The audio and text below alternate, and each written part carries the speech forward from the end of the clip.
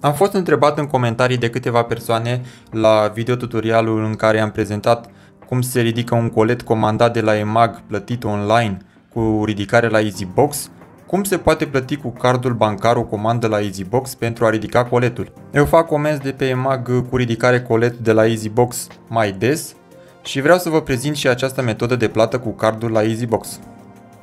Primul pas este să apăs pe ecran unde scrie ridică un colet. Apoi trebuie să introduc codul PIN sau să scanez codul QR primit prin mesaj sau pe adresa de e-mail. Acest cod îl primești atunci când ajunge coletul la EasyBox-ul ales de tine.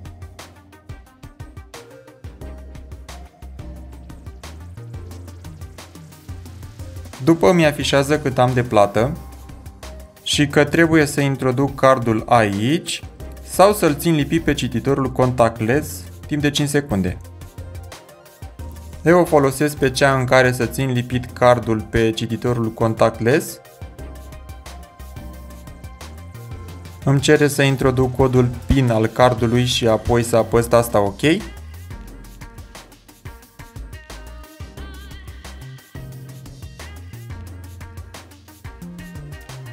Acum trebuie să aștept puțin până se efectuează plata.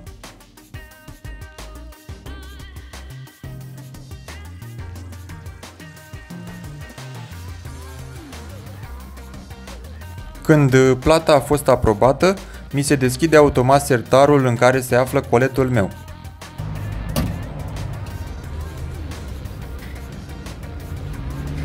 Iau coletul meu din interior, apoi verific să nu mai fie ceva în interiorul cutiei și închid ușița.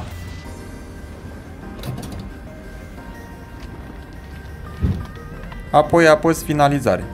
Îmi doresc să-ți fie de ajutor acest video, să dai un like, subscribe și să mă întrebi în comentarii dacă ai vreo nelămurire sau dacă ești mulțumit de ce ți-am prezentat. Te invit să vezi și alte videotutoriale de pe acest canal de YouTube printr-un click pe iconițele de pe ecran.